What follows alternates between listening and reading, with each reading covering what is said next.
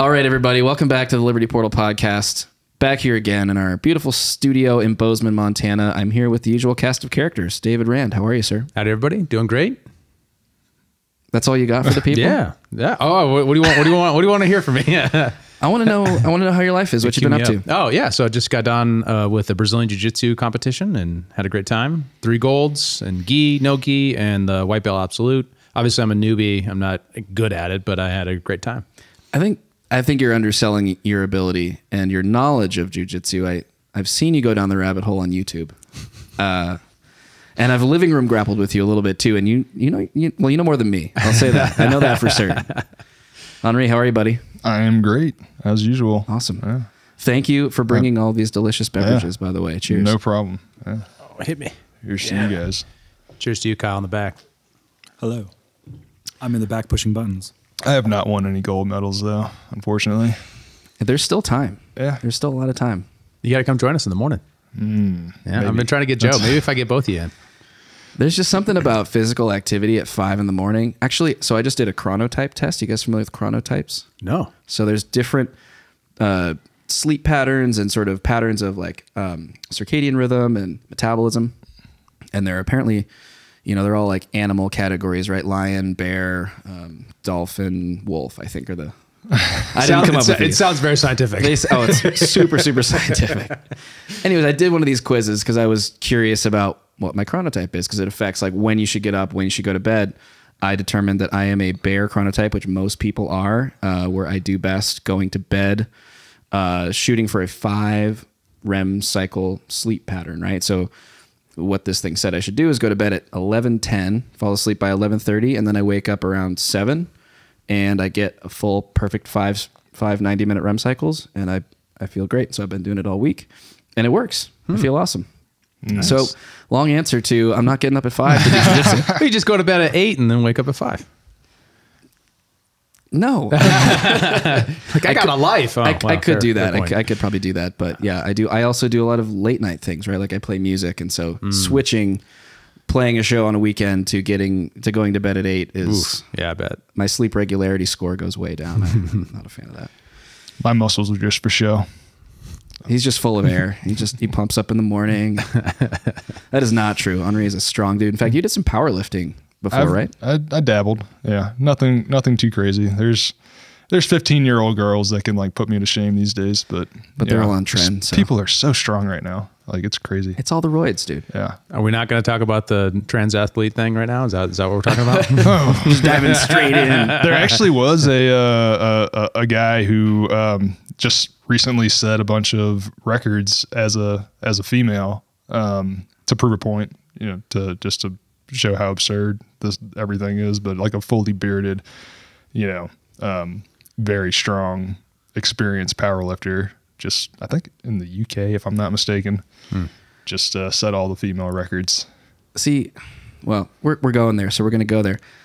I think to set the stage for this, I think we all agree that trans individuals deserve to compete and have the ability to compete as the gender that they identify as. That's fine. Live your life the way you want to. That should not come at the expense of women's sports. And it's interesting. You're not seeing any records set by trans males who were originally biological females, right? Like they're not beating biological men at men's sports. You're only seeing it go the other way, right? Am I wrong about that? I think you're right about. I think there is in distance swimming. I think women have an advantage. Oh, interesting. Distance running too. I've heard that. Yeah. So are there records being? I don't know of any. I don't think in the trans space. It's just that the top long distance running, like ultra endurance running, a lot of them are women. Yeah. So would it just make sense for there to be like a separate category for trans athletes? And cycling too. Cycling's on there. But men's, women's, trans? I would actually say probably a better way to think about it is just compete by like skill level. Let men and women can like mixed doubles. In tennis, like men and women compete all the time, or golf or whatever. Like jiu-jitsu, white belt, blue belt, purple belt. Yeah, you get a certain ranking based on your. average ability. But it's like you would say, like regardless of gender, yeah, like the belt ranking system would be good. But you just have like if it's high school sports, you have your A team, B team, all the way down to whatever level you want to cut it off at, and you would probably have mostly female in the lower skill levels, and mostly men in the higher skill levels. But they just compete against whoever they're appropriately skilled to compete against. At least one observation that I've made is that I'm perfectly okay. I think women have, and trans women and trans men have the right to be able to say in this contractual agreement on a single competition to enter into that and to compete, right? It just gets really difficult once you get to ranking and what's fair with ranking, right? So in combat sports, if a woman wants to fight a man or a trans woman and a man or whatever, fine. Like have at it. I think those two should be able to enter a voluntary contract and do that. It's just when you get to comparing in a ranking system, like of any kind, who's really the best at mixed martial arts or wrestling or any of those sorts of things. And it definitely, I think women who are saying, hey, this makes it so that we disappear, right? Because men and women are not the same biologically.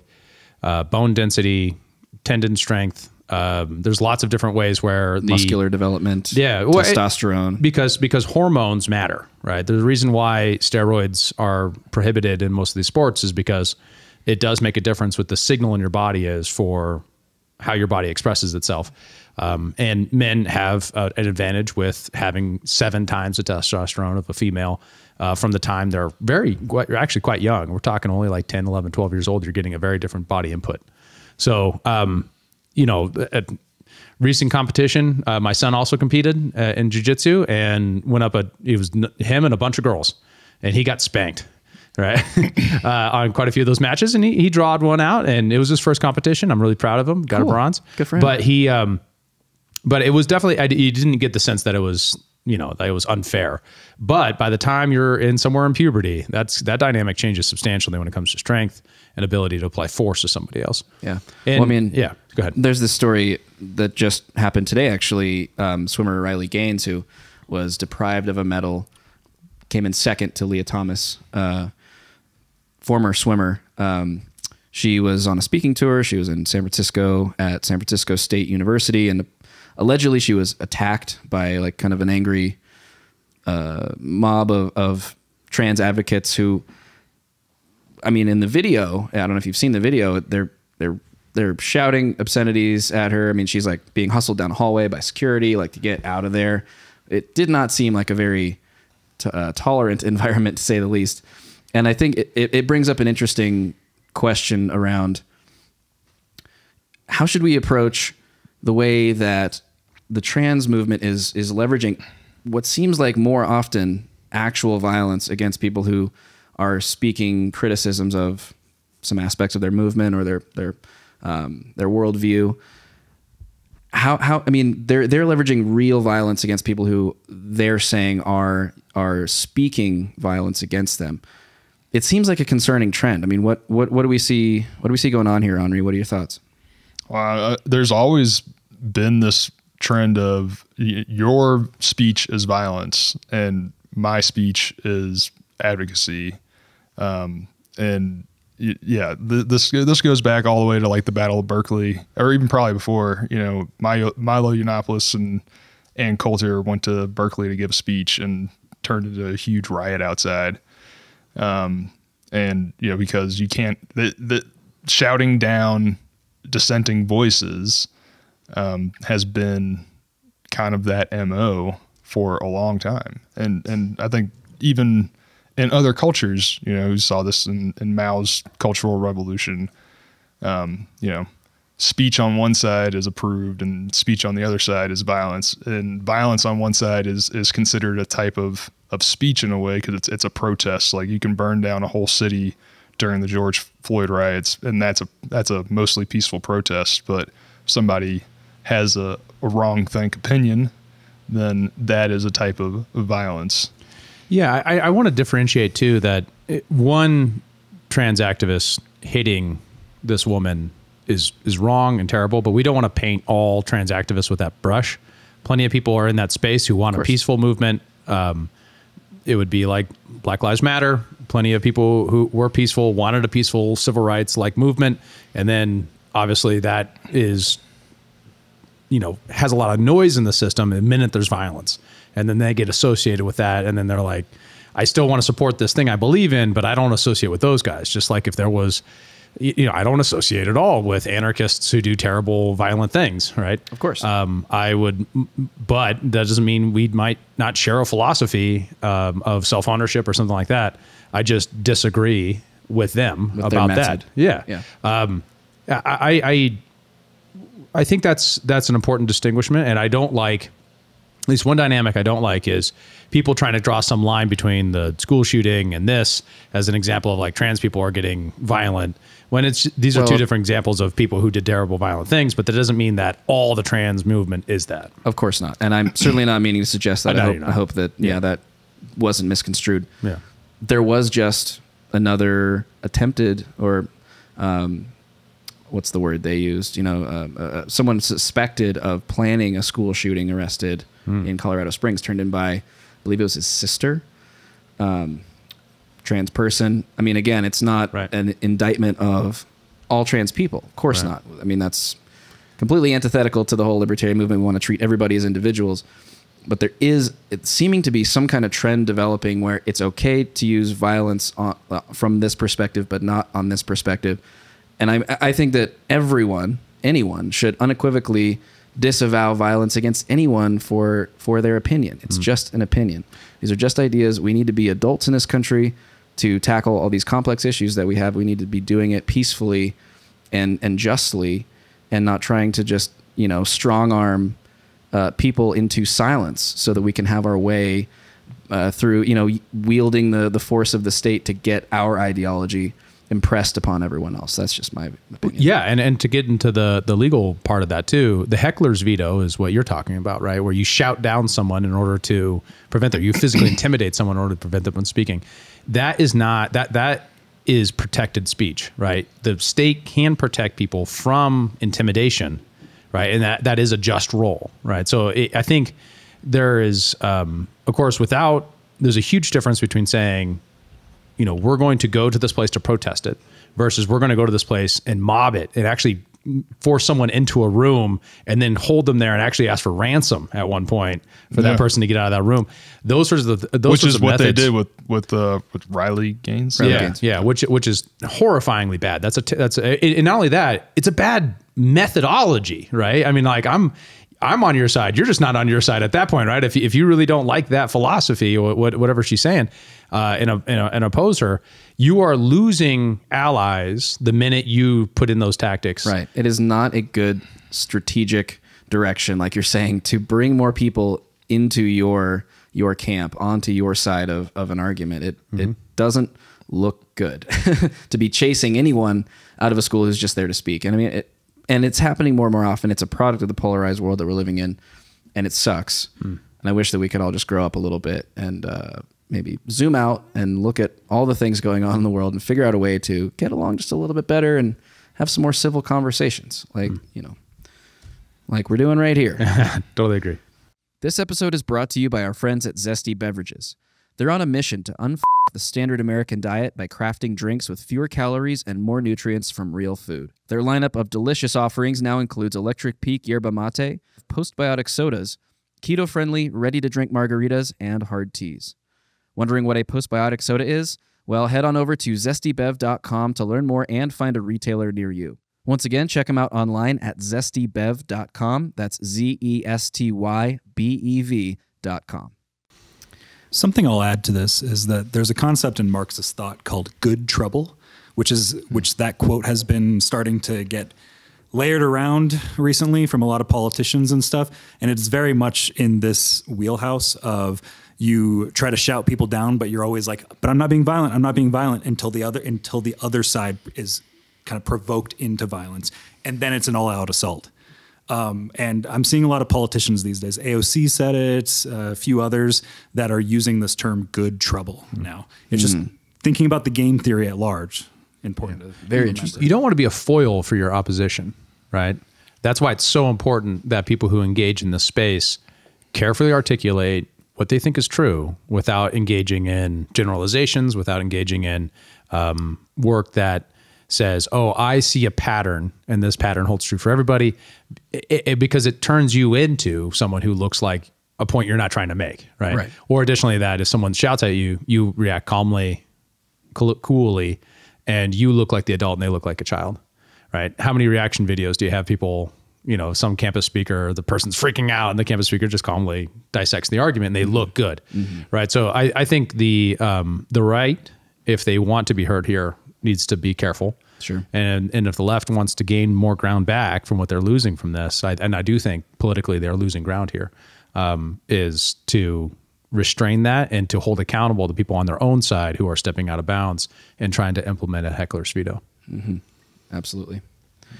We got some new interesting news about the Chinese spy balloon. It's been out of the cycle for a little while, but I want to pivot to that because our own Senator Steve Daines has brought some new stuff to light. Yeah. So early this week, the NBC News came out with an anonymous report, anonymously, right? Starting there's an anonymous source in the White House has told them that the spy balloon was beaming back information back to the Chinese, that it floated, that they discovered it was before it got into our territory, that it was there, right? That we knew. So that was one of the questions we asked when we covered it. We're like, when did we know? Like, it flew all the way down from Alaska. How did we wait that long? And what it looks like, one of the interesting things that happened later this week, it's like yesterday, there was a top secret briefing of senators. Tester and Daines were both there, and both of them came out and gave reactions. The Aleutian Islands was where we first discovered this balloon coming off the coast of Alaska. First detected. Yeah. Wow. So that's crazy, right? That they did nothing about it if it were a spy balloon. Two, that it took all the way down to Montana before some photographer took a picture of it and everyone noticed. That's pretty wild. That the government functionally lied and said, yeah, it's just a thing. We don't know, And then lastly, the speculation on both sides. One article says that it isn't clear that the State Department told NBC News anonymously. I'm going to say that forever because that Seymour Hersh thing, because it ticks me off that everyone's like, oh, use anonymous sources when everyone does when reporting out of the White House. They said anonymously that it wasn't certain whether or not they were beaming back information in real time back to Beijing. When Daines came out, he was like, they were beaming back information from Beijing. So that's a really interesting component of that too, because like we don't actually know what the capabilities were still. We still don't know almost anything as the general public because the government's holding all these secrets. And then additionally, that we don't really know why they delayed doing anything about it until it crossed the entire continental United States and then shot it down. Yeah, there's so many question marks there. Yeah, so many questions. It remains to be a huge question. I do think coverage of it should be a focus for the media because it's indicative of a moment, right, that we need to be careful of, right? If we learned anything from 9/11, something happens that scares us. We need to. That's when we need to. The fear is the mind killer, right? Learn a little Herbert Dune, the Dune guy. What's the guy's name? Oh shit! Who wrote Dune? You're the Dune fan. I know. I should know this. Herbert? Howard? Herbert is right, but why am I blanking on Herb?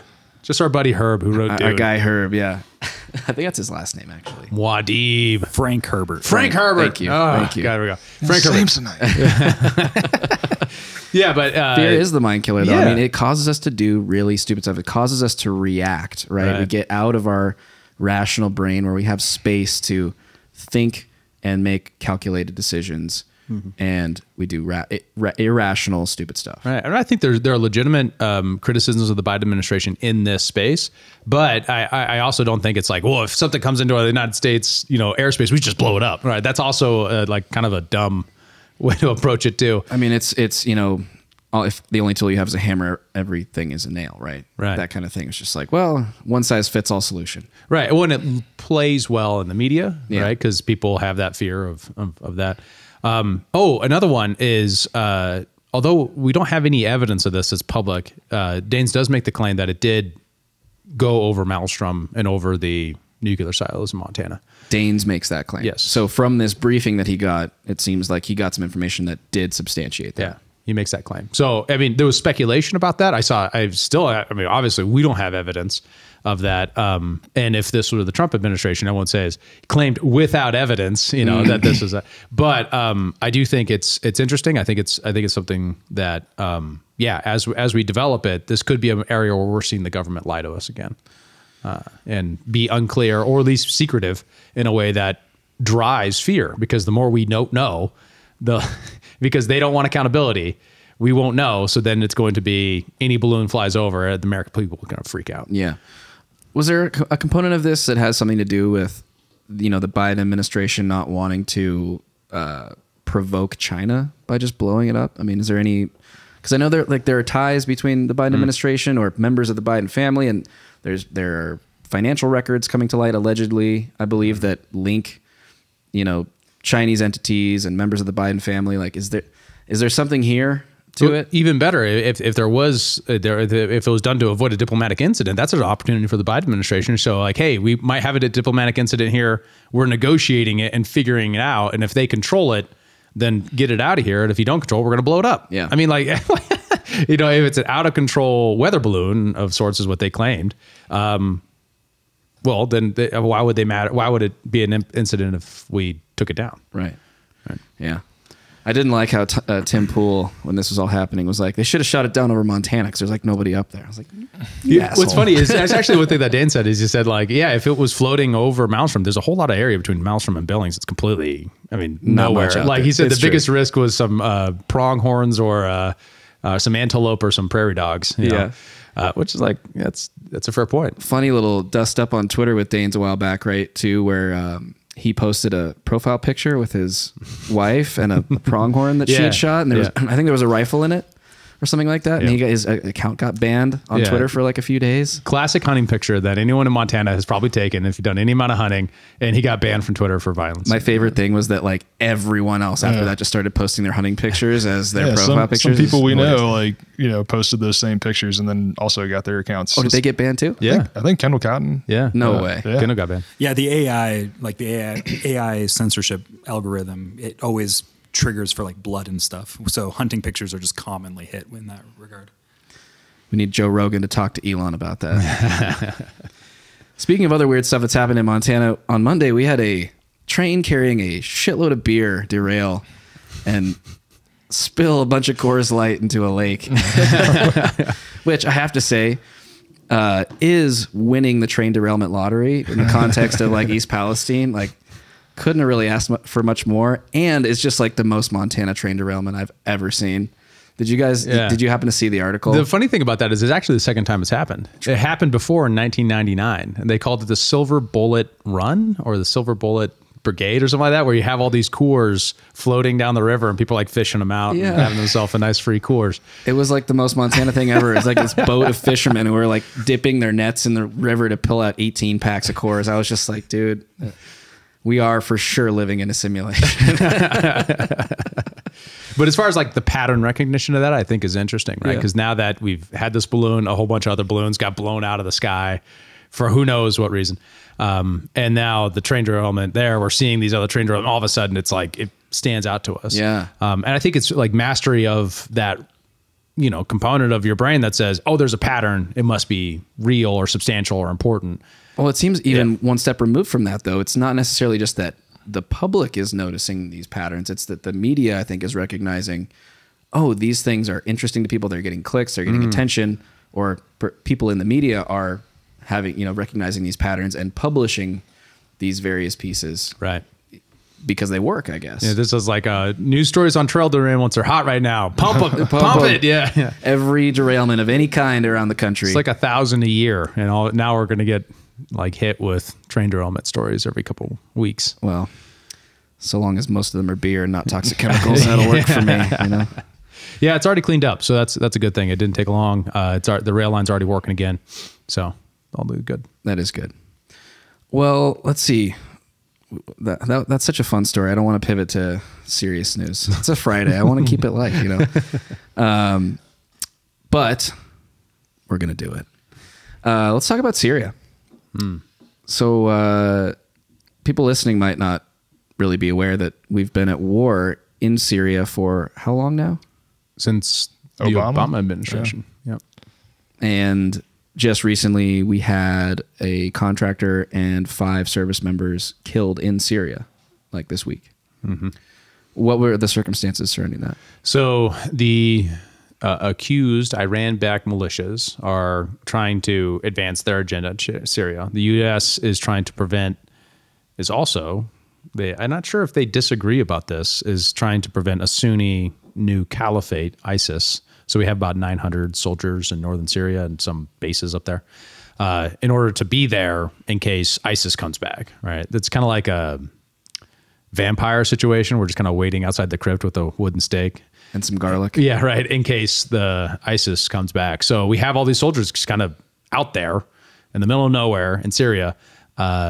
Neither, like, I think there's a good case to be made that some of that's like intelligence support for allies on the Free Syrian Army, which I think is the right one that we're supporting right now because we've changed so many times I can't remember. And those guys, no, that's not wrong. That's wrong. That's the other side. We're doing the Democrat Syrian Army, yeah. But anyways, our allies in the space providing support, and then additionally that there in case ISIS returns. Now that's a terribly exposed position, and there's been very little coverage of the reality that this is like the 70th time that's happened in the last couple of years where there's been an attack and then a counterattack back and forth between Iran-based militias and backed militias and our troops there, including the unfortunate death of this contractor and the wounding of 5 soldiers. And it just kind of shows like the American, I don't like using this word because it just triggers so many people, but it's hard to find a better word for it, but empire, right? The American thing that we do right now by having bases all over the world, 5,000 something bases, including forward operating bases. And I think empire is a perfectly the Pax 160 countries that we're in. The ongoing operations all over the world to, basically support the war on terror done by other governments on our behalf, and everything else that's happening. It exposes us to danger. And this is another example in that. One of the things that frustrates me here is we have this thing that's going on since the Obama administration, and no one talks about it. This came out, I saw it, I picked it up, and it said we should talk about this. But no one. Yeah, I didn't see it. I imagine the average listener to this podcast right now is like, oh, I had no idea that happened. It's pretty incredible how desensitized we've all become. Or the average American has become completely unaware of how many conflicts we are currently involved in and have been. I couldn't name them all. But it's a handful. Do you have the list? I know like Syria, Somalia, Yemen, Libya. We got out of Afghanistan. We're supporting operations in Yemen. Genocide. We saw troops in Iraq. No, I don't think so. But any? Not any. You sure? I imagine there are intelligence in Iraq. There aren't some guys just sitting around waiting troops for. Troops is a different thing. Well, and then not to mention all the money and support that we've sent to Ukraine. And right. our involvement in but the U.S. involvement in NATO and provoking arguably that war. Yeah, the proxy involvement, it just goes even further. Oh man, right? Yeah. Once you include that, we're in Indonesia, we're in Africa, we're in Mali. I mean, it's all over the place. And that's one of the real problems of that is, and blowback is the whole theory that we do all these things, kind of half cocked. Then when there's a public realization that that's what we're doing, there's a blowback to that thing that raises public awareness as we were doing this whole thing, and then it undermines the ability for the intelligence operation community to do their job as they see it. So that's the original theory of blowback as popularized by Ron Paul. I was going to say that is like the concept that shook me out of what was a very mainstream conservative political worldview was the idea that, hey, having troops over in a place and wreaking havoc or, banging in doors and accidentally killing bystanders and innocent civilians causes people to be pissed at you and want to hurt you back. I mean, that it makes perfect intuitive sense. But a lot of people, I mean, it's easy to get stuck in the frame of, but their culture, they need democracy or they need freedom without considering the vast complexity and cultural differences that may not support a system like that. And obviously our efforts haven't been very long standing once we've left a lot of these conflicts. And not to mention, like, what the hell does bombing the hell out of a place have to do with, you know, instilling democracy? I mean, you know, I sometimes think about just all our petty strife and political bullshit that we deal with, and then just realize, like, oh, well, I could have been, you know, born in Yemen, and the human rights atrocities that's been going on over there, and it just far outweighs anything that we've ever had to really grapple with as Americans, you know, here at home. Yeah, Brad's point about the exorbitant privilege of even having ability to use the U.S. dollar and travel abroad and have that be our home currency, like the power, you know, that affords us is pretty exceptional and very true, you know, as well. Just having a stable economy, like there aren't bombs falling in our hometown, you know, at least not today and hopefully not tomorrow, but to grow up in an entirely different, you know, paradigm where that's just a part of the norm, like what's going on in, you know, Israel and between them and Lebanon and Palestine and everything going on there, like that's just a completely different way to live, you know? Well, it's large and complex, and I think that's one of the reasons we're so desensitized to it, is because it's like the world is a large, complex, scary place. And one of the things about being an American is that we are involved in all of it, because we are the global hegemon. Hegemon is a word that they use in foreign policy circles to say we are the world superpower, the only one. So because we're the only one, we have this responsibility to make sure that the world goes in the right direction.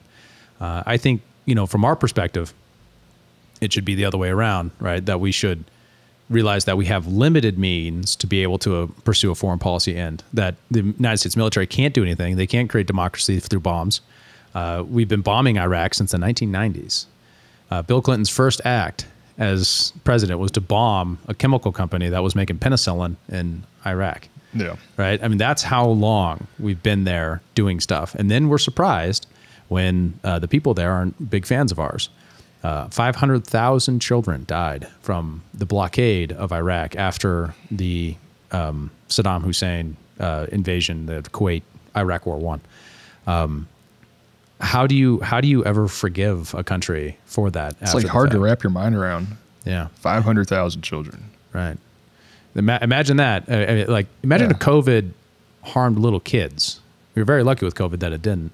But imagine if that was, but it wasn't some nebulous virus. It was an actual other country that was forbidding the importation of sanitary goods that allow you to clean your water supply so that your kids could grow up. But instead, 500,000 kids died of dysentery. So, like, that's been our actions, but the American people don't know that. They don't realize that that's been the consequences. When asked about it, Madeleine Albright said, well, it's worth it. I was just going to pull that clip up. Do you want to watch that clip? Please. Well, and it just also reminds me of just, you know, like the Orwellian, well, we've always been at war with East Asia. You know, Yeah, that's another kind Until of they form of change it. desensitization. Yeah. We have heard that 500,000 children have died. I mean, that's more children than died in Hiroshima. And you know, is the price worth it?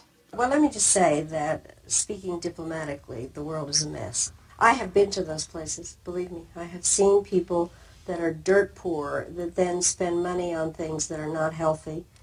But it is exactly, I think, that out of that difficulty and challenge, it's a huge opportunity. Companies that have the capability of delivering a message that says you can help yourself. You know, is the price worth it?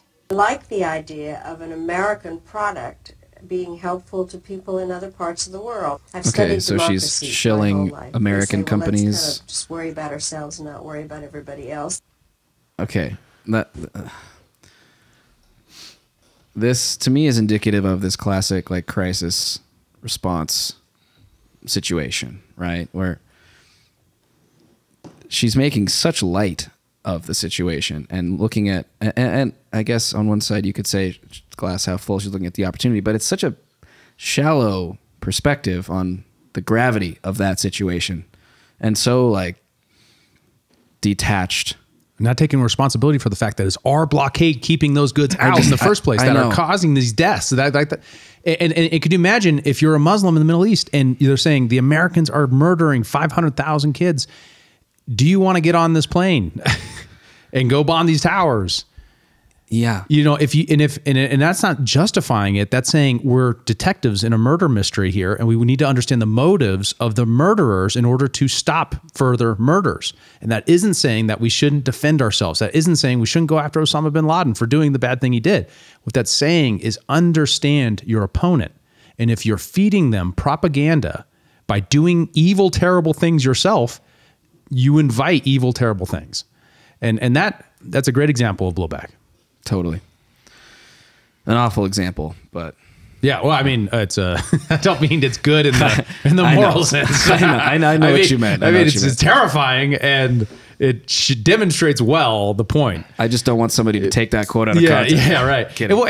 Because it is the use of an operation that most people did not track that created an unintended consequence that impacts everybody. Yeah.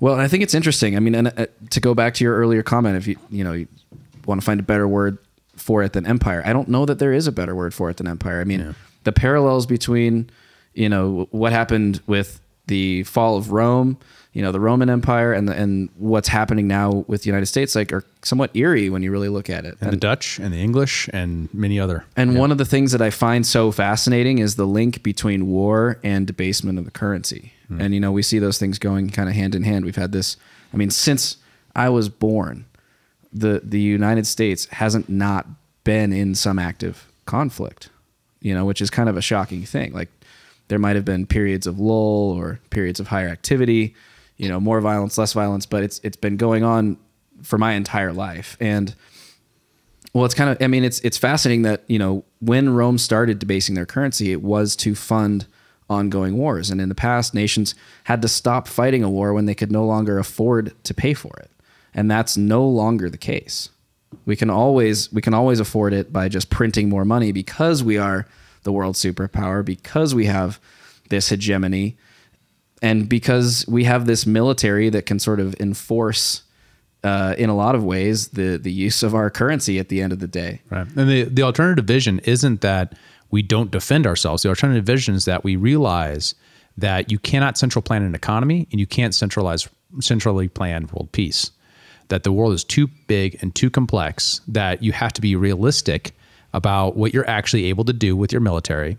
And that's just an immediate duh moment. And then you have to be you need to restrain the use of your military and maximize peace, diplomacy, and the avenues that actually create the outcomes that people want, that normal people want, not Madeleine Albright, not Raytheon, not the people who are invested in the system that perpetuates the continuous overcommitment. Right. And at the end of the day too, it puts all these servicemen in danger, like these guys who got injured and the guy died. That's a terrible thing. We should be outraged that there is no plan in Syria.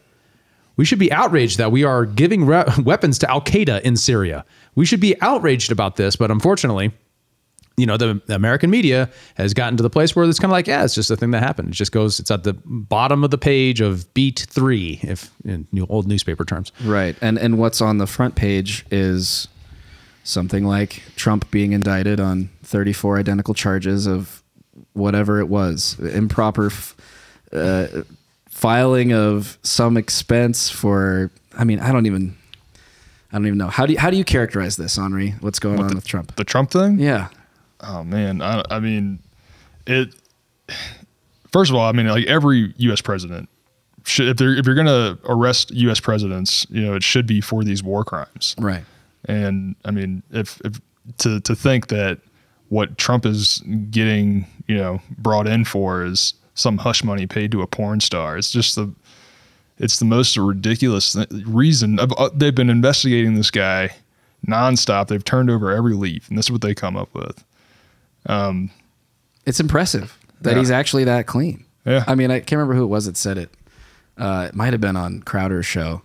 I think Nick DiPaolo, maybe. He was a guest, and he was like, in fact, it might have been Crowder, but he was like, the guy runs a real estate company in New York. He has to have committed a misdemeanor at some point. Right. Shit, you commit a misdemeanor when you just try to rent an apartment in New York. Yeah, I think Dave Smith was saying that was Dave Smith. That was Dave, yeah. Okay. But on the criminality part of that, the average American commits 3 crimes a day. The average American? Yeah. What are those crimes? There are that many Well, laws on the books. Just whatever. Yeah, if you trapped lobsters improperly, that's a crime. There are so many rules and regulations in the book, and that's part of the state mechanism, right? It was Lenin who said, "Give me a man, even an innocent man, and I can find the crime." Yeah, right? With enough time and pressure, you can get a confession, or you can find some way in which they've broken some rule because the rules are just that many. So that's impressive on that front. I agree with you on that. I mean, it's obviously Especially in New York. politically motivated. I mean, they want to make him look bad, and they want to probably prevent him from being able to run. And it's definitely Banana Republic type of shit. It's also kind of a blowback, right? Like it's the same thesis is like they're attacking this and it's just going to create a mob of angry Trump supporters that are just going to feel more rejuvenated. Yeah, I was going to say, it seems like it's only energized. At least in the short term, it seems to be energizing, Trump's chances of not only winning the nominee, but winning the whole thing. But I don't know. There's a long time between now and the election. I do think what's also interesting is Trump in some ways did kind of bring this on himself with the lock her up rhetoric when he was running in 2016. And back in those days, it was the people who were bringing these charges against Trump were the ones saying, well, this is just scary rhetoric. We don't do that here. And now we're seeing it unfold. That's a fair point. Yeah. Well, and we're seeing it then blow back again. I mean, it's just ping-ponging back and forth because now Republican DAs are reaching out to congressmen and women saying, hey, how do we go after X, Y, or Z, Democrat? And it's only going to escalate, right? It seems like at this point, that's the direction it's going. It's just going to be retaliatory, weaponization of the justice system at this point. That's what's so terrible about politics, right? It turns everything into a battle, right? There's no way to get to peace from there because you're in this escalatory political spiral. And one of the things that, Alexis de Tocqueville, when he came to America and wrote his book, was that how small a role compared to French society, Americans valued politics because almost everything was outside of the political realm. Unlike a big unitary state like France, most of America was decentralized and community-based and civil society-based, where you negotiated problems like adults rather than persecuting your opposition. I think the thesis that we've seen this huge growth in politics is we've seen, of course, philosophically, there's a big idea part of that, but then also tangibly, we've just seen the massive growth in the States since the counter-revolution of the Woodrow Wilson era, the progressive era. That is incentivizing and driving this fundamentally. That's what's sitting behind this, is that politics has become the way we negotiate all conflicts and problems rather than other solutions, which are there and abundant, but we don't leverage them anymore because we've made the state too big and powerful. It creates the incentive to make everything about politics. Right. Well, and I think you pointed to it in a prior episode that the cultural approach to solving problems has just shifted so much over the course of time that now that's just our default mode is, if there's a problem, the government should solve it. Right? And it's totally worth it to go after your opposition and persecute them politically because they'll do it to you and all these other, bad escalatory spirals. The question is, how do you break that? And I think you break that by saying, no, the goal is to de-emphasize the power of the state to empower the individual and to devolve these things back down so we don't have this crisis moment. Reduce the temperature, de-tribalize, those kind of concepts. Those are the things that we need to be emphasizing in order to get the antidote to this spiral we're in. Otherwise, if we just keep feeding into it, it just becomes a problem. I mean we as American public. Oh yeah, for sure. Call to action out there. If you're a Democrat, go hug a Republican. If you're a Republican, go hug a Democrat. Or if you suspect of some petty crime, how about get the crime off the books rather than that? Or if you're a Republican, are you gonna maybe decriminalize sex work? Shots fired. Yeah. Well, I'm just saying. I'm not saying sex work's good for anybody or like that's a positive industry or something like that for people in it. But criminalizing it definitely has a lot of negative outcomes, and creating a black market for something makes it violent and dangerous. We've seen that with the drug war. And if you're saying like the president should be able to pay for sex, right, but not somebody else, right? That's the Republican position right now. Is that what it is? Is that what it is? Because you're like, this shouldn't be a crime, right? But wait, are you now okay with that? I mean, I'm confused. I think there's so many different things going on here, and there's this is the hard part about it is like, there are so many different versions of the truth that it's really hard to know which one is actually the truth. But I mean, some are saying that it never even happened, right? That there was no, affair or whatever with Stormy Daniels, between Stormy Daniels and Trump. And I think he even denies it. And he's like, she's not the one, folks. She's not the one, Horseface. Horseface, right. I will say on top of that is she signed a document in 2018 saying it never happened. Now, was she paid to say that? Well, but the other thing is that Michael Cohen's lawyer said that Michael Cohen paid her out of his own pocket, right? So it didn't even come from Trump directly himself. It came from his attorney. And then the other piece of it, the crime here, apparently, allegedly, is that they accounted for it wrong. They didn't itemize it correctly, and so somehow it's a campaign finance violation or something. Or a tax violation. Violation. That's also how they're trying to make it federal, is because the campaign, if they can say that it's a campaign finance violation, then it kind of goes out of New York and it becomes this big federal thing, right? Right. Wow. Yeah. Meanwhile, at a press conference, DA Alvin Bragg, who's bringing all these charges, was asked what the charges actually were. And he said, well, the law doesn't require me to tell you, so I'm not going to. So he never actually even said what Trump was being indicted for. Yeah, the thing that makes it not a misdemeanor is that he's doing this to cover up a bigger crime, which we're not going to tell you what that bigger crime was. I mean, the whole case looks, just from an outside perspective, not as a Trump supporter or anti-Trump, it looks bad. It just looks really I mean, weak. even like on CNN, the legal analysts that they're bringing on who would typically be sympathetic to their persuasion, for the most part, are saying there's no case here. Exactly, and it's like, so really, to me, the sad part about it is like, what this feels like is a distraction that is only going to result in that political escalatory spiral, right? Meanwhile, we've got conflicts going on around the world. We've got banking and financial issues that are going unsolved. We've got, a more polarized political environment in the United States than we've ever had, and we're not paying attention and trying to fix the real systemic problems that we're facing, but we're just wrapped up in this circus trying to get Trump or not get Trump. He's innocent, he's guilty. It's just like, whatever. I don't know. I'm a little over the whole Trump thing, personally. I'll say it. Yeah. Well, I mean, I would get ready for him to be the nominee. Yeah, it's going to be Vivek. That's what it's going to be. Well, I mean, Vivek is interesting. He is sort of like the spare tire that the Republicans have in case, somehow, something happens to Trump, he goes to jail. I mean, he's no spring chicken. I mean, he could have a health problem or something.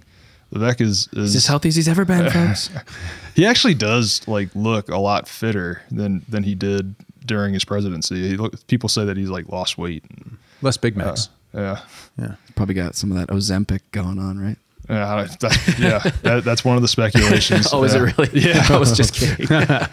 Of course. Yeah, no, I heard he went keto. He just goes to McDonald's and eats the burger without the bun. Eats the beef out. Yeah. It's not a pretty mental image, actually. Yeah, no, but Vivek is really interesting. He reminds me kind of sort of like the Republican version of Andrew Yang, and I mean that as a compliment, as just he's somebody who's bringing fresh energy, fresh ideas. He's incredibly intelligent, and he's got a lot of things that resonate with me that I've heard. I mean, I'm not paying attention to him and watching all his videos, that closely, but I've heard him talk about, wanting to change things up at the Fed. He's not going far enough with that rhetoric, in my opinion, but he's also talking about ending various government departments and programs. And I mean, he wrote the book Woke Inc., right? Mm-hmm. So big anti-ESG guy. He's got good messaging, and he's a really good communicator. Mm-hmm. So it'll be. I'm interested to see how he does in the primaries. His podcast with Jordan Peterson is really interesting because his entire message is America's a story that we've lost the plot to. I'm summarizing, obviously, where we don't know what America is, so we don't know how to articulate how to make it great. And I think, as far as continuing that kind of dialogue with the American people about are we a thing together? And if so, what is it? I don't think you can answer that question that doesn't boil down to individualism and prosperity through freedom, hopefully. And if that's the direction we're going, I think that's a very positive development for the Republicans to think carefully about like, okay, are we about persons or are we about a message that we can all get behind? Are we about an individual or are we about like an idea and a philosophy that will allow us to build what we're doing? And I think the political animal in me is skeptical that that's going to be successful, but I do think Republicans who are careful thinkers in this space should try to amplify that voice because I think it's an important one for what they're trying to do. Absolutely. Well, and there was another person that joined the 2024 campaign on the Democratic side this week. RFK Jr. threw his hat in the ring. And that was pretty recent. I don't know if there's really much even from his camp about his platform, but obviously he's made quite a name for himself in the world in being an anti-vaccine or vaccine safety advocate, particularly with his work. I believe it's Children's Health Alliance. Don't quote me on that. Maybe you can look for me, Kyle. Sorry, I know you're pulling double duty. I don't mean to throw extra curveballs at you, but I think it's pretty fascinating. I mean, obviously, first Kennedy to run for president in quite some time, right? And interesting parallels between Kennedy's running back then, the state of the world, Kennedy's running now in the state of the world. Kind of interesting. Do you guys think, I mean, first of all, is this very well precedented? Are there often incumbents challengers? Yeah, challengers to the incumbent. Oh, that's a good question. Because I know, I'm pretty sure this is not the first time it's happened. Well, I'm sure it's not the first time, but the question is like, does it matter the Kennedy brand so much, right? The Democrats, I mean, they're a very controlled party from my perspective. I know a little bit about how the Republicans work on the nominee process because of our time in 2012 and 2008 with Ron Paul. That superdelegates for Democrats are a very interesting institution. I can't imagine how the Democrat Party could have such an elite approach to their to how they select for president. So I got to wonder if there's any chance at all there because of the institution itself, the Democratic being so rigid and hard. Well, you look at Bernie Sanders' campaign, which had a ton of grassroots support, and he still got whacked at the Well, remember the Debbie Wasserman Schultz stuff that happened, right? And that was the whole reason that Tulsi Gabbard had left the Democratic Party, or at least her like vice chair position that she was in. Can you elaborate just a little bit for folks listening about Debbie Wasserman Schultz? I don't remember exactly what happened, but there was some sort of weird shenanigans that went on with the superdelegate situation where like Bernie was basically a shoo-in and then there just ended up being these like quick conversions like right at the end. I don't remember the exact details. This was 2016, 2015, right? That campaign. So it's been a while. Yeah. Some funny business occurred though.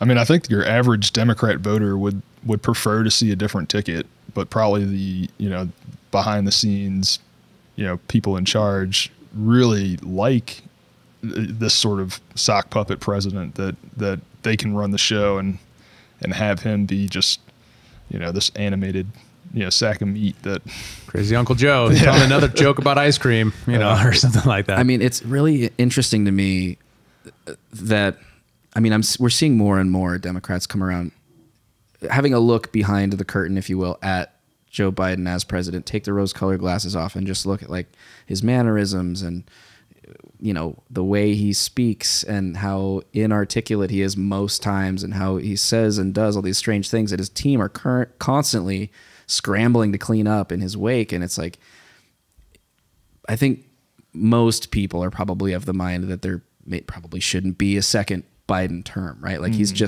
I don't think RFK is the guy that the average Democrat wants to vote for. Well, I think he's considered an anti-establishment at this juncture because of the role in vaccine.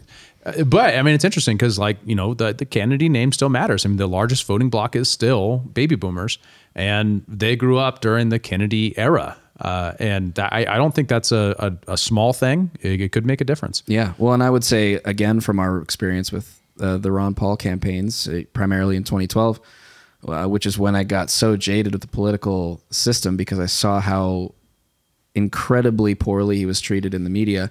I just pulled up RFK Jr. To search right after I had seen that the announcement came out, and every article on the first page was, anti-vaxxer RFK Jr. blah blah blah, anti-vaxxer he has been completely labeled and is more than likely going to be entirely dismissed by the mainstream the establishment, legacy media, whatever you want to call it, for that position alone. And I think that's going to be a tremendous headwind for him to gain broad support, particularly within the Democratic Party. But I could be wrong. Yeah. I think, potentially Swalwell, or not. Who's the governor of California? Newsom. Newsom. I was going to say Swalwell's the guy that slept with the Chinese spy. He's probably not going to run. But then Newsom's again, name gets tossed out a little bit as somebody who's going to throw his hat in the ring. He strikes me like the liberal Ron DeSantis. He's well, I don't know. I don't know if I just see sort of the like analogy, but like he's just like slick he is very slick. Yeah. And I think he's got more game than Republicans would recognize. Probably a great way to raise money. A tremendous amount of votes got out of California. I mean, and he's a handsome dude who's very articulate. So I think he's no joke. But I think my guess is that the Democrats would probably be like, yeah, that's nice, Gavin. Wait 4 more years. You're young. We need to wait until you're exceedingly old before you run, so that we can control you in your senile years. But I'm not sure that he wouldn't be just on board with what their establishment. Anyways, I mean, look at the way he ran California. Look at what's happened. I mean, are they still locked down? For all I know, geez, probably. Yeah. I think they just last week removed mask mandates. You're kidding. You're actually kidding. No, I think it was pretty recent. Yeah, I'm gonna have to fact check that. It was within recent weeks. I remember this too. Oh wow. Yeah, it's because it was like certain types of employees and stuff like that. Like not everywhere though, but like hospitals or something, right? Or no, it was like certain employees at like events and things like that still were required to wear masks. Like the public wasn't, but it was. I don't know the exact details. Those but poor people. Yeah, all the serfs need to continue wearing masks. That was one. Do you guys remember that? Oh yeah, the galas, and you have all these celebrities without their mask on, while all the like regular people are taking pictures. They got to have masks on, and they're serving them food, and they got to have masks on. That I don't know how someone can identify with the word Democrat and democracy so strongly, and then be like, oh yeah, that seems totally fine to me. Like that. I'm not an equalitarian, right? But I am an egalitarian. I think people are made equal. No one's better than anyone else. And that whole idea that you're going to wear masks, you're going to require all the day laborers to wear a mask, but not you because you're wealthy and famous and beautiful and you need your picture taken, is repulsive. Completely. And I can't believe there isn't a more like, oh, you're in a picture like that, you're in trouble sort of reaction from those people. Totally.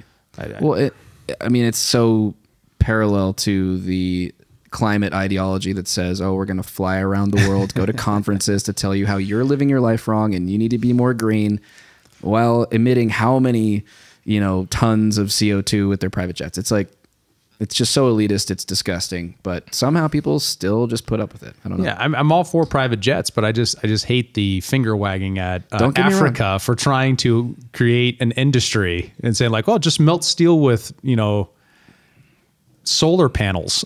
It's just like, what are we doing here? Yeah. All right, you're going to say, oh, you develop, but just like skip all of the things that we did and develop right into in post-industrial society. It's absolutely ridiculous. It's insane. And a pipe dream and makes people poor. It's terrible. Yeah. And then doing that while being wealthy and preaching everybody with such moral certitude is quite frustrating. I have 2 quick things here. One is that Henri's right. It was last week that the changes happened. It was April 2nd.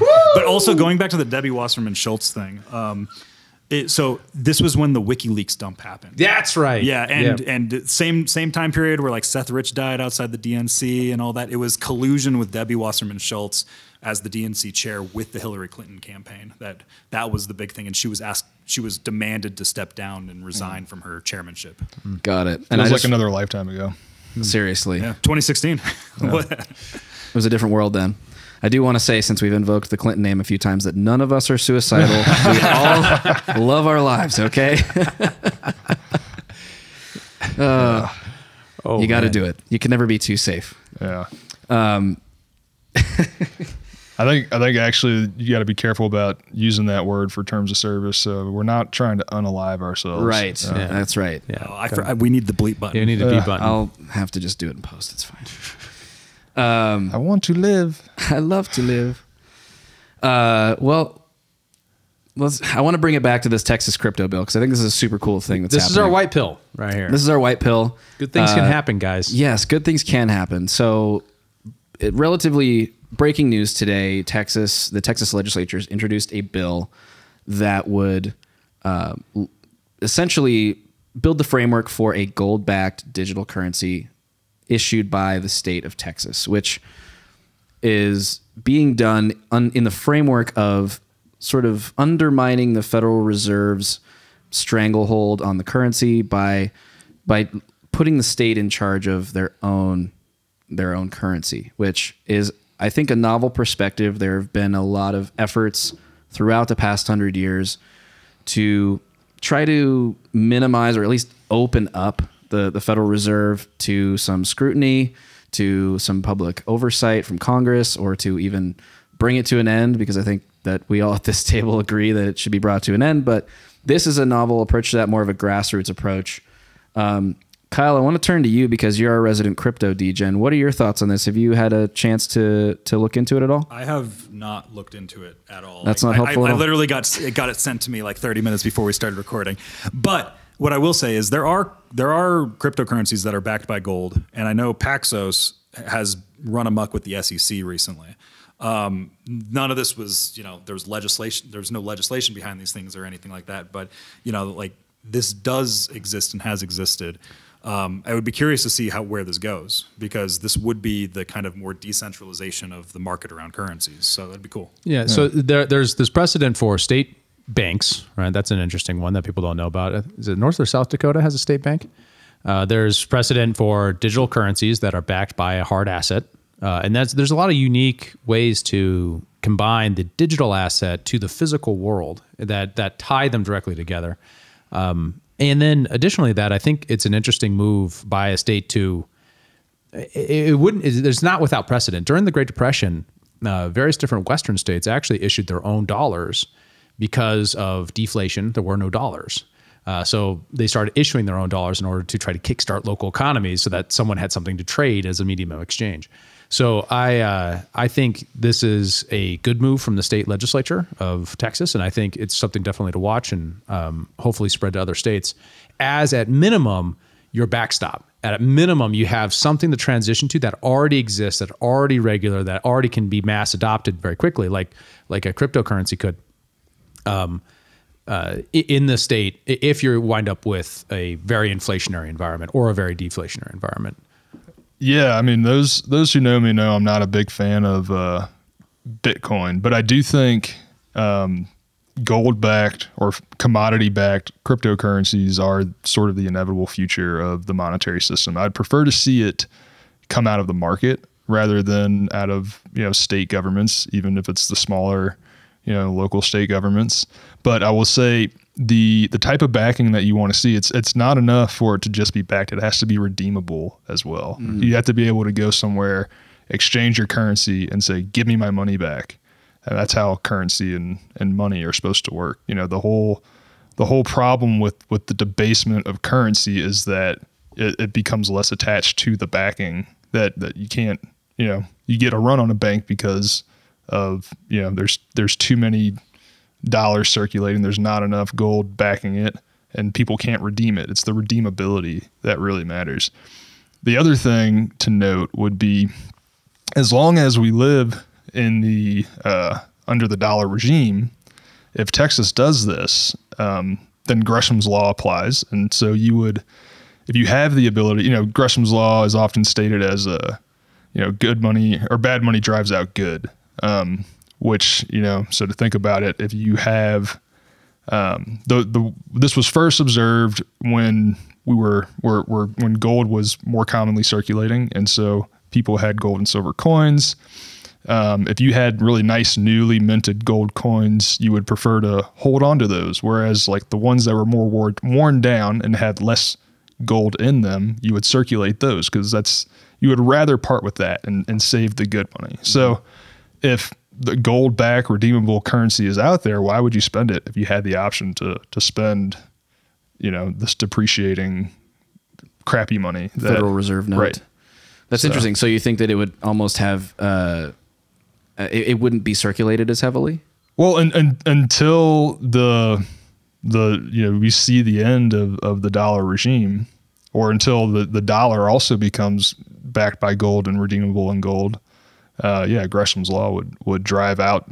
You would use it as a savings, right? And you would spend the money that you'd rather part with. That's interesting. What's interesting there too is if you can make it so that you have if you get to an inflationary environment, you have buckets full of dollars in order to do basic commerce, or where the price increase is so radical, but then you see underneath that there's a price that's much more stable. You know what I mean? That's the competitive situation I think people are trying to anchor to give people a backstop into something else.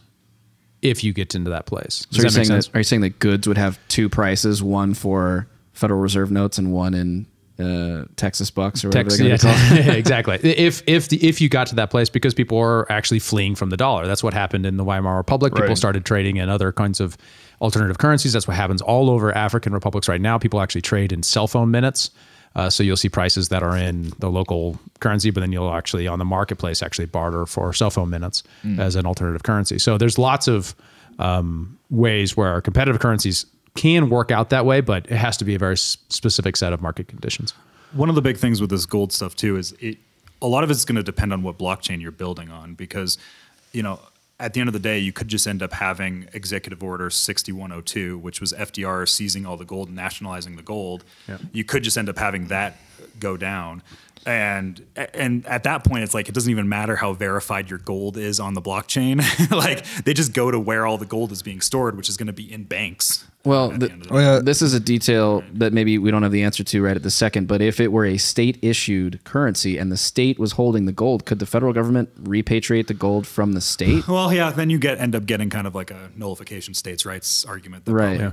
Which is kind of the exciting thing about it, right, is this is sort of like a nullification idea, and obviously something to preempt or counteract the eventual Fed-based CBDC, right?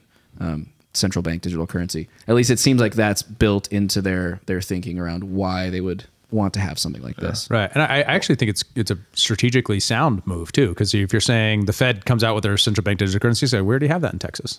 But it's gold and backed. It's backed by gold. Yeah. I mean, the other one thing I'd like to see out of it, and I looked at the article, I didn't notice a couple other things. You want maximum anonymity. Anonymity. Yeah. Easy for you to say. You want that. So what allows you to tumble the coin, for example, where it does a swap and you can move coins in and move coins out and then you can actually make it because truly. Some with cryptocurrencies, a common criticism, for example, of Bitcoin is that it's easy to typically tell where it's been and if it's a brand new Bitcoin or if it's been coin joined, or they have these methods through which you can make it sort of anonymous. Which is what happened with Tornado Cash. Is the guy that created Tornado Cash, which is one of these coin mixers, is sitting in a jail right now somewhere in Europe because the North Korean hacker group may have funneled money through Tornado Cash, right? Gotcha. How dare he offer a service on the marketplace that some bad guy used? I mean, somewhat similar to what's the kid's Ross name? Ulbricht. Ross Ulbricht. That's right. Right. Silk Road. So so getting to that place where you can ensure that using that coin. So that's one of the reasons why I'm a little bit skeptical if they try to start their own blockchain, right? Rather than piggybacking off of an existing one that has a decentralized structure that's already has a private, or a public reason to exist, right? As opposed to they say, we're going to hire a bunch of crypto developers and come up with Texas coin, like that's probably, I don't think, a very good idea. And then next off of that, allowing for, low transaction fees and making sure that that there is a market built into here, not just like a government Excel sheet of balances accounts, which is what a central bank digital currency is, because then it makes it all transparent, makes it non-anonymous, makes it so that they can then use it to monitor you and control you. Yeah. So I if you can exchange it out easily for other kinds of currency of equal value, like hot swaps and stuff like that, that would also be an additional feature that I would want to see in something like that in state legislative policy. because it allows you to say, okay, I no longer trust the Texas state government, so I'm going to move this into some other asset that values to me, and giving the consumers those kind of choices. I think that'd be a heck of a lot better than our current situation. Definitely. Well, and I would hope that other states would follow suit and start to introduce similar legislation and start to figure this out, in a decentralized way, because it seems like that has the potential to better serve the people of those states than, all of us just holding these devaluing Federal Reserve notes. Yeah. The question is, the other side is tax reconciliation at the end, right? If you're holding gold and it appreciates in value, technically own capital gains tax when you sell it, right? And the taxable event outcome is one of the major disincentives to adoption of cryptocurrency, because it's just cumbersome, right? Isn't there a crypto bill in Montana's legislature right now? Yeah, there are a couple. Yeah, actually, interestingly, the forbidding local governments from discriminating against crypto just got voted down in the House. Oh, really? Yeah, hopefully it'll get reconsidered. Discriminating in the sense that Missoula banned cryptocurrency mining. Oh, gotcha. Really? Yeah. Mining. Yeah, gotcha. yeah. It's not green enough, right? Yeah, because yeah, it's a weird dynamic over there. So no, it's that. It also forbids the Public Service Commission, which is the energy monopoly regulator, from discriminating against it. Basically saying, hey, they're like any other business. You can't. It's not up to you to decide which businesses get to exist. Oh, so they were charging like predatory rates, electricity rates. No, the Public Service Commission. I'm not aware of any actual accusation that they've done anything wrong here. It's just preemptively saying you can't do that. And then additionally, that for Missoula and all localities in Montana says you can't decide for people that their business doesn't have a right to exist. Gotcha. Their business being cryptocurrency mining. Got it. Yeah. But that got voted down. We got voted down, but it looks like it's going to get reconsidered. So we'll see. There's some dynamics. We're entering the part of the session where everyone just starts getting mad at each other and shooting each other's bills down really dramatically. So, well, it seems like the zoning bills are doing well. Yeah, we're going to get into this, huh? I mean, I don't know. I love it. No. Yes, kind of. We definitely had a lot of boiling down. So we originally had a quadruplex, triplex, and duplex bill. That looks like it's just going to be duplex. We'll probably get, I have really good hopes for the ADU, that's accessory dwelling unit bill. And then we have minimum lot size. We're trying to revive and bring that back. It's another major constraint that really impacts, especially kind of that space between urban and rural, that kind of area that's often governed by minimum lot size. And otherwise also just layers on top of non-zoned areas and zoned areas that prevent increasing amounts of people to buy and build homes. Yeah, and I think just to tie this into why people should care, I mean, this directly affects property owners. It gives property owners greater rights to develop their property, to provide housing for people that need it, which is going to be both more homes to purchase and also homes to rent, which hopefully with greater supply of places to rent, rental prices go down in the state of Montana, and everyone just kind of generally gets more freedom to satisfy the needs of their communities from a housing perspective. Yeah, central planning doesn't work. Even central planners made by people who have the name planner after the name, like city planners, still can't know the actual preferences of people. So they tend to not actually anticipate the changes in demand or the changes in supply that are happening on the ground. The market mechanism does a better job of that. So the idea is that we decentralize that to the property owner so that the property owner can respond to the incentives and redeploy their property in ways that mutually benefit others. I love it. Yeah. And prescriptive zoning is inherently racist, but we won't go there. Also not on this episode. Also that. Missoula actually just came out with a big thing. It was like, oh, by the way, our zoning's racist. We should probably get rid of it. They said that? Yeah, just like a couple weeks ago. Good for them. Yeah. That's awesome. Well, hopefully we see some successes, some additional success in the legislative session. Yeah, I mean, there are a whole bunch across the country too. I mean, we got school choices sweeping everywhere. Utah just passed education savings accounts, universal. A whole bunch of other states are getting more education reform. So that we told the story a couple months ago about how a lot of states are set up for that. It is happening, man. That's awesome. Texas is on the docket. It looks like Texas is going to happen very possibly. Everybody but us will be doing something pretty substantial in that space. And then there's a bunch of other ones, like we have tax increment finance reform, huge corporate welfare scheme that we hope to be able to reform. Got a good shot at that, I think.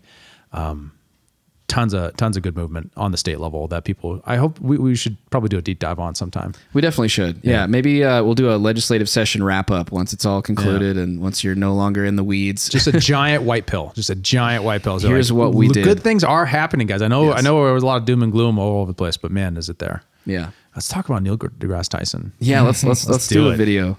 Let's do a reaction here. I've yet to see this. I like to. It's gonna be a fresh reaction on it, Joe. I know. I don't want to spoil it. There's a list of top-ranking medical professionals. Just take a look. I'm talking about, excuse me, Dr. Peter McCullough. No. I want to go through what happened consensus. here. This is the problem with the consensus. The consensus. Okay, I just medical professional. I want you to because the medical is so huge. I can find you an astrophysicist who is sure we've been visited by aliens. The problem was that's not the problem consensus. was the scientific method died here, and this is the point I want to make. It died a death here, and I need you to help me save it because Dr. Peter McCullough is the leading cardiologist. I don't care. Titles don't matter here. But what should matter? Don't matter. What matters should matter? Is the consensus. What should matter was that the consensus was not allowing to the table. Then you bring that person here and have this conversation. I have. With them. Okay. So you don't have to have the conversation with me. But I want science, and so here's what we have. We have Peter McCullough, world-renowned heart doctor, saying, I am seeing a rise in myocarditis because of this vaccine. We have the leading ICU, second most published science, Paul Merrick. Hear me out here. Hear me out. I know you. All right. These have all been on my show. Dr. Robert Malone, part of the inventing factor behind the mRNA vaccine. All these people have been censored. They were shut down. They were kept from talking to the people in Washington. Johnny and Eaton was putting out the data. Dr. J, I'll show you. Okay. Dr. J. Bhattacharya, Dr. Sunetra Gupta, Dr. Martin Kulldorff, Oxford University, Harvard School of Medicine, Stanford School of Medicine, they put together the Great Barrington Declaration, which was an approach towards this to say, let's protect that simple small group that we know needs to be protected and figure out a way the rest of us can establish a herd immunity around them. And the NIH, who's supposed to be objective on this, we now have internal email, because this is what I do. I actually put in FOIA requests. We know that this is what Francis Collins said about those people before even talking to them. There needs to be a quick and devastating published takedown of the premise being brought by these scientists.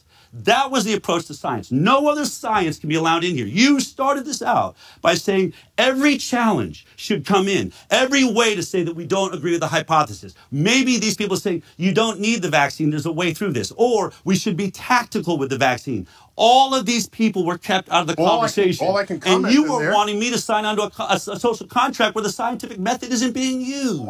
Okay. That list of highly pedigreed medical professionals that you are citing, I'm not interested in medical pedigree. I'm interested in medical consensus, in scientific consensus. The moment someone says, well, I'm of this highfalutin school or this, that's like, okay, that means they're going to say something that goes against the consensus, and they want to use that to help other people follow what it is they say. I'm just saying you need someone who represents a medical consensus here to have that conversation with. We had a medical consensus around a product that we knew nothing about, and a medical consensus around a virus that told us they knew nothing about. They kept telling us we know very little about it. So why was there a medical consensus that was keeping out renowned scientists from the conversation when they were telling us on television we don't know a lot about this virus, we're trying to figure it out? Scientists that were on the ground, that were dealing with patients, were being censored, were being shut down. Their YouTube channels were being shut down. Their LinkedIn's were being shut down. Because the individual scientist does not matter. We started this conversation on that very fact. But the scientific method does. Yes, of course it does. Yeah, I think we got the gist of the video. Like, so when I saw this earlier, it just reminds me of, when Einstein published his papers on relativity in 1905. The consensus of the physics community was very hostile towards it. And there was a book published, roughly 30 years later. I mean, there was a raging debate over Einstein's ideas, and a book published 30 years later, 100 Authors Against Einstein was the title of this book. And, so the consensus of the scientific community did not come around to Einstein's ideas until decades after he published the papers. But, he was eventually proven correct. And we all understand Einstein, is the cliche of, what a smart person is, right? And so to hear the most, public intellectual from the physics community say something like the individual doesn't matter, it's the consensus that matters, is just so rich in irony. And it really is. Terribly antithetical to the philosophy of science. So science Absolutely. didn't just show up, right? It wasn't like a thing that we've always had. It's a philosophy about how to discover truth, a method of philosophy. It assumes certain things about humans and our imperfections. It assumes that we have emotions that overwhelm our reason. And so what we want is a dialogue of accountability where I show my work, I show my hypothesis, I show the experimental results, and then I give that away. And then we allow people to, work on those. And then we arrive at truth by it rising to the top. When I majored in philosophy in college, I took a course on the scientific method, the philosophy of it. And it was awesome. It was a great course taught by a very smart professor. And we did not talk about consensus once the entire course that I can remember. It was just a little while ago, but not once. I did not hear scientific consensus as a method for determining scientific truth until 2020. Yeah. Did you guys? Well, I can't say I did. like Galileo, he had to oppose scientific consensus. Every major advancement in science is done by an individual standing to a crowd. State science is about the consensus that supports, or controlling or manufacturing a consensus to support their agenda. Yes. Who was the character in Atlas Shrugged? Was it Dr. Robert Statler, I think, was the state scientist? This is what every time I saw Fauci on TV is who I thought about. And he comes out and he says Reardon steel is not going to work and it's terrible and all that kind of stuff. There's lots of historical figures who are like that across lots of, for example, we thought flight was impossible. That was 100 years away. The federal government, for example, invested what would be today's worth of hundreds of millions of dollars into a state-sponsored scientist to design the first airplane. He failed and then said publicly, we're 100 years away. And then 2 weeks later, the Wright brothers, a couple rednecks from a bike company, flew for the first time. So like the entire story of science and of human progress is so often the story of an individual standing up to a crowd and saying what's true and being proven right. And to lose that because you are so committed to a philosophy of public health that says that ipso facto, it must be true that the consensus is what we should design our public policy on.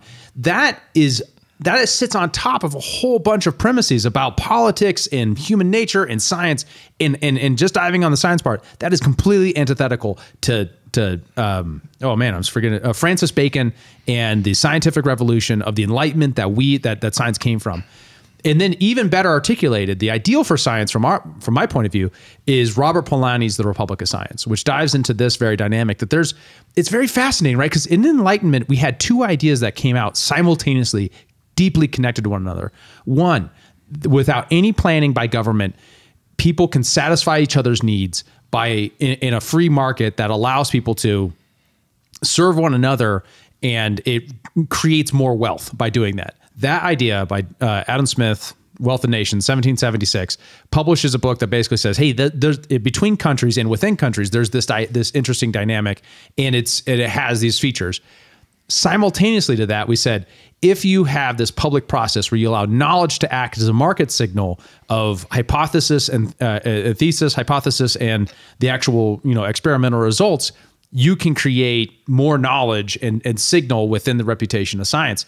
That there's this interesting parallel between freedom in the free market and what it provides and freedom of speech. John Stuart Mill's On Liberty has this amazing way of articulating freedom of speech as if it was a market to discover truth. Science is just that on a more systematic basis that anchors into real material reality because you're doing experimental science, right? If you're doing science. The interesting thing here is that we've completely, because of the progressive era, we pretty much said, well, during the counter-revolution, which I'm now just going to call it that. I'm not going to call it the progressive era anymore. That's my year's resolution. During the counter-revolution of the Woodrow Wilson era and post, we decided what's best to run society because it's too chaotic and too competitive and too all these things is that if we just put experts in charge, they can run society. by consensus, by the consensus of the elites who rule us. And that is completely against science, like against the basic philosophy of science as advocated during the Enlightenment. It's a completely new way to think about it. It's much more closer to the way the Soviet Union thought about science and how they decided that, material advancement would happen by political edict first that fed the political machine. Right. So what drives me crazy about this is you have someone who I actually really like. I like Neil deGrasse Tyson. Has since 2020 totally given over to this philosophy of science by consensus. And even if you watch his documentaries from previous, all of his documentaries are about Galileo and Einstein and all these people standing up to the interests of B to say something true about science. That's the noble story of science done well. And to do that just because he has a political commitment is a betrayal of his own values. Absolutely. And you heard nonstop people saying the phrase, trust the science, trust the science. What they really mean is trust the consensus. And what that really means is do what we say. And I mean, this is, Max Planck, he has the quote of, scientific advancement happens one death at a time. And meaning that as these old ways of thinking die, as the people who were the old consensus, who are resisting these emerging ideas that are uprooting prior consensus, they have to go away some way or another. And younger people who have grown up with the new ideas and are used to them will one day replace them. But it's crazy because we have essentially like a cult around this idea of, well, we trust the science. These other guys don't trust the science. And it has obviously nothing to do with science. It's just do what the state tells you to do. And if you don't, to the gulag with you. Yeah. Well, and to be fair, that applies, for my friends who are more vaccine support types. I'm trying to be neutral here. If the data supports the vaccine, I mean, have at it. Go for it. Do your thing and make that argument. Just don't decide that the entire political apparatus has already decided for your favor post hoc, after the fact. After you've already decided what the end policy goal is, go back and then work your books in order to justify that goal and then say that's science. That's not science. His perspective had such hubris that you guys have highlighted so eloquently. I think it's really interesting, though, that he never talks about how the consensus can and has been wrong a lot, like verifiably so in the past. It's not as if the peer review process is beyond reproach. Peers get shit wrong all the time. Like, I forget the name of the Alzheimer's research that was done. This guy basically made up his research, made up the data. It got peer reviewed and it got passed and published. And then a bunch more research was done based on this completely faulty research. And we didn't find it out until pretty recently. I mean, and that's only one example. But I think it's interesting what you talk about, like the process, the philosophy of science. You put it so beautifully and so well. But the problem that I see with where we currently are is that science is currently captured. It's captured by government, right? I mean, so much science, like you said, is state funded. Just look at the basic human incentives here. What are you going to do? Are you going to publish a contradictory finding from some research if you know that the entity that cuts your paychecks and gives you $1 million grants to keep your lab alive wants to see the other thing come true? You're going to rewrite or self-censor research that doesn't suggest what it is that whoever it is that's cutting your checks wants to see. And unfortunately, that's the world we find ourselves in. And so many people are bought into the consensus narrative that they're unwilling to look outside of the mainstream, even at extremely relevant data and extremely relevant research that takes place. And and that, to me, is where we get this bifurcation in truth. You have one column of people that believe that one thing is perfectly true and the other thing is perfectly false, and vice versa. And we no longer have the ability to cross this divide, or at least it's very, very challenging to cross that divide, to find the nuggets of truth in the opposing narrative. Adding on to what you said there about the peer-reviewed studies, if you remember back in 2018, the grievance studies hoaxes, James Lindsay, Peter Boghossian, Helen Pluckrose, right? Where they basically demonstrated, as long as you just say the right shibboleths and you give what the peer reviewers want to hear, you'll get awards for your research. Even if you didn't do any actual study, you're just making things up. things about like dog humping in Oregon state parks. Demonstrate patriarchy. Weren't they the ones that, things like that, you know, basically rewrote one of the chapters of Mein Kampf? Yes. Yeah, that was the same thing. Yeah. They just replaced Jewishness with whiteness. Yeah. And they got exemplary writing. Yeah. So that demonstrates how broken the social sciences are, and it's what you're saying. It's actually science. worse than that. Yes. Right. The fact that gender studies is broken, I think a lot of people are like, well, wow. Was it ever really not broken? Yeah. Right. The fact that we don't really do confirmation of scientific experimentation anymore, that's de-emphasized. I think that's absolutely true.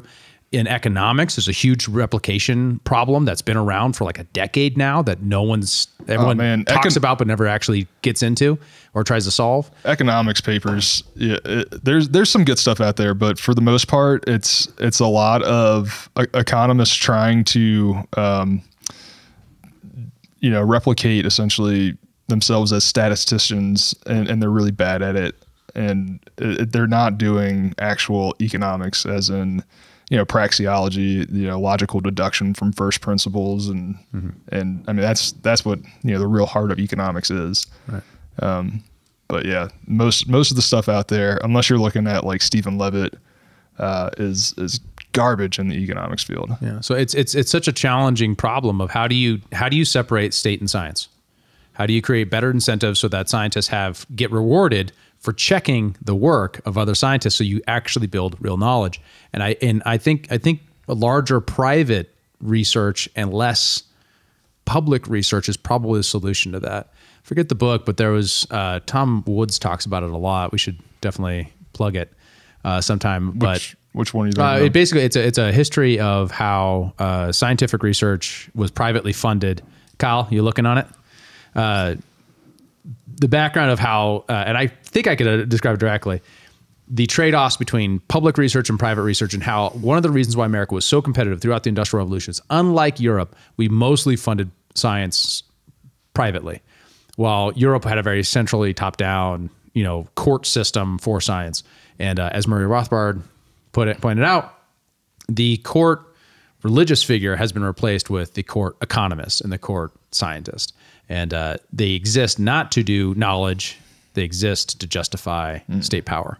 Yeah, many of the most important scientific discoveries were not from some person sitting in the ivory tower. It was people independently. I mean, Einstein wrote his papers while he was a clerk in a patent office, and I mean Louis Pasteur, was a farmer, and or some of these guys were priests, or different, doing different things, and getting funding either from themselves or from wealthy benefactors. But yeah.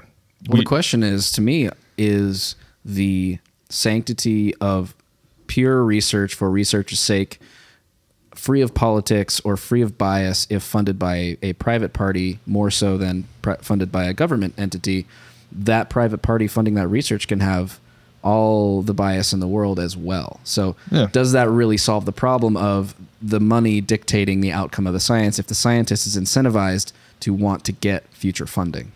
I didn't find the name of the book because all I had to go off was Tom Woods talks about it sometimes. Oh, I'm sorry. But I will say something else that's interesting in here, just in regards to the hard sciences and the corruption and saying the right shibboleths, is that Greta Thunberg did just receive an honorary degree in theology. So, is that a joke? No. That's very true. Oh my God. I mean, she is the leader of a religious movement. That's exactly. I was like, that's got to be a Babylon Bee headline, isn't it? Wow. Well, fantastic. Those of you still listening are nerds. Congratulations.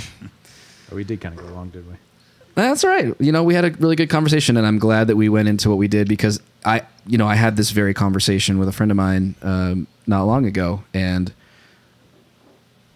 it's just fascinating how far apart people can be in terms of what they believe or understand to be true. Believe is maybe not the right word, but what they observe to be true, or what they are willing to observe to be true. What do you got, David? The Economic Laws of Scientific Research, Terence Keeley. Great book. The Economics of Scientific Research? The Economic Laws of Scientific research. We will make sure that's in the show notes so you can check it out if you would like to, as well as any other books that we mentioned. Any final thoughts before we sign off, boys?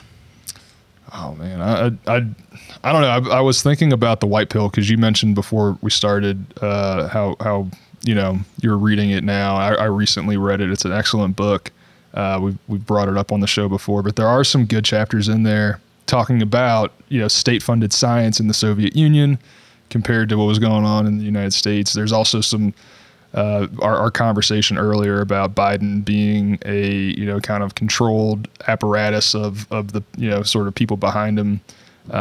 Really reminded me of the way that Nicolae Ceausescu was described as this sort of phenomenon of incompetence and mediocrity being rewarded in a socialist system versus achievement and excellence being rewarded in a market system. So I'll just plug White Pill again one more time. Buy it on libertyportal.com. Yeah. Michael Malice, the White Pill. Yeah.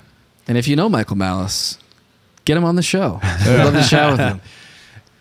Yeah, and obviously, find us, like us, share these videos. Please get on there and share the shorts. Those are doing so great. Joe's doing an amazing job, but I really hope that you would help spread this podcast around because we really want to help people make sense of the news to kind of bring this together into cohesive philosophy so people don't feel like it's just floating chaos. You're just a puppet of larger powers and systems that you can't control.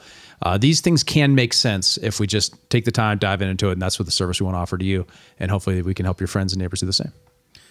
Beautiful. Thank you for that plug. I will echo that and say, wherever you get podcasts, Spotify, Apple Podcasts, YouTube, Rumble as well. We do appreciate likes, follows, shares, and all that stuff.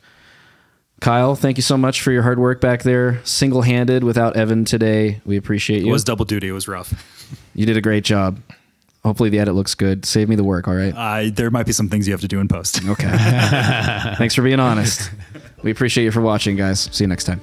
Thanks for tuning in to the Liberty Portal podcast. For more episodes, news, and Liberty-focused content, visit libertyportal.com and be sure to follow us on Twitter and Instagram. If you liked what you heard on the show, we appreciate you sharing it with your friends and giving us a review on your podcast platform of choice.